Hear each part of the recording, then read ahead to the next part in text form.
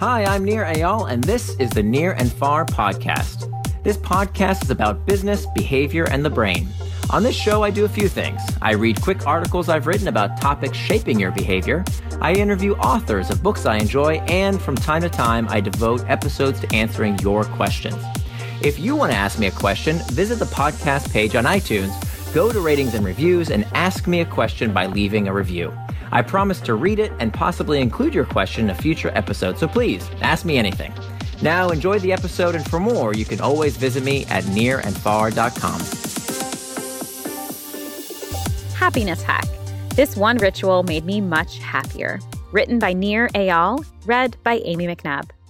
When my wife and I moved to New York City in 2001, recently graduated from college and newlywed, we were eager to find friends.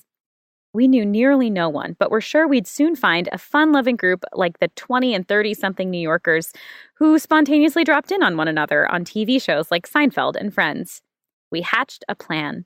After moving into our Midtown Manhattan apartment, we invited all the neighbors over for drinks by placing Kinko's printed quarter sheets into everyone's mailboxes. Then, we waited for our versions of Chandler, Kramer, and Elaine to show up. But they didn't. In fact, no one did. As the ice in the cooler melted and the guacamole browned, not a single person among 100 apartments stopped by. Not one person. Recalling that episode now, we sound embarrassingly naive. We didn't realize friendships in the real world worked nothing like the ones we had forged in our dormitories, let alone those we saw on television. Yet, as it turns out, our desire to belong in a tight community was far from foolish. Recent studies have shown a dearth of social interaction with people you care about and who care about you not only leads to loneliness, but is also linked to a range of harmful physical effects. In other words, a lack of close friendships may be hazardous to your health. Dying for friends. A 2010 meta-analysis reviewed 148 studies involving over 300,000 participants and concluded that having weak social ties was as harmful to health as being an alcoholic and twice as harmful as obesity. Julianne Holt-Lundstad, co-author of the analysis, told Reuters, a lack of social relationships was equivalent to smoking up to 15 cigarettes a day. A more recent study published in the Proceedings of the National Academy of Sciences found a biological response to loneliness that triggers disease. According to the researchers, social isolation sets off a cellular chain reaction that increases inflammation and suppresses the body's immune response. Perhaps the most compelling evidence that friendships affect longevity comes from the ongoing Harvard study of adult development. Since 1938, researchers have been following 724 men, tracking their physical health as well as social habits. Robert Waldinger, the study's current director, said in his recent TED Talk, quote, "The clearest message that we get from this 75-year study is this: good relationships keep us happier and healthier, period," end quote. Socially disconnected people are, according to Waldinger, quote, less happy, their health declines earlier in midlife, their brain functioning declines sooner, and they live shorter lives than people who are not lonely, end quote. Lest we think having 500 Facebook friends might offer some protection, Waldinger warns, quote, it's not just the number of friends you have, it's the quality of your close relationships that matters, end quote. So what makes for a quality friendship? William Rollins, a professional of interpersonal communications at Ohio University, who studies the way people interact over the course of their lives, told The Atlantic that satisfying friendships need three things: somebody to talk to, someone to depend on, and someone to enjoy. Finding someone to talk to, depend on, and enjoy comes naturally when we're young. In college, for example, we build strong bonds when nearly everyone around us is searching for connection.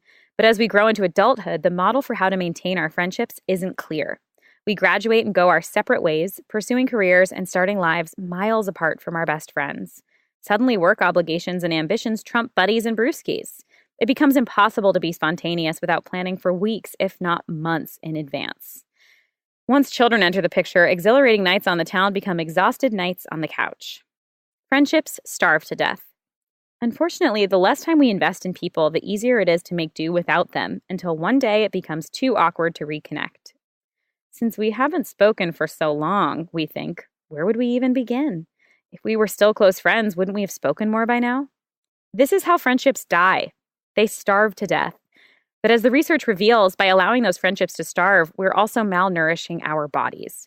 Case in point, several months ago, I found myself in a funk.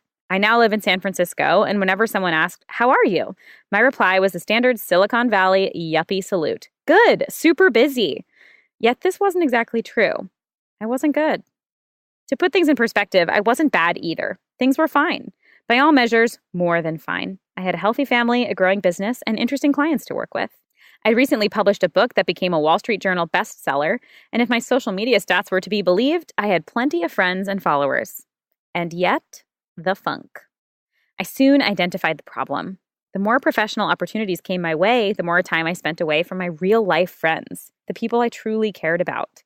Maintaining friendships with people to talk to, depend on, and enjoy takes time. As an undergraduate, I first heard the term residual benefactor in an economics class. A residual benefactor is the chump who gets whatever is left over when a company is liquidated. Typically, not much. When we're not careful, the people we care about often become residual benefactors. We leave them for last, giving them whatever bits of time are left over after we've attended to everything else. The solution? The kibbutz. If the food of friendship is time together, how do we make the time to ensure we're all fed? My friends and I have recently come across a way to keep each other close. It fits into our lifestyles despite busy schedules and a surfeit of children.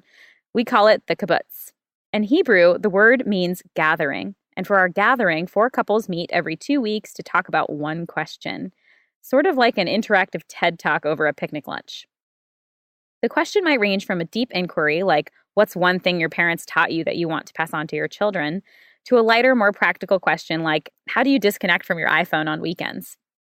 Having a topic helps in 2 ways. For one, it gets us past the small talk of sports and weather and helps us open up about stuff that actually matters.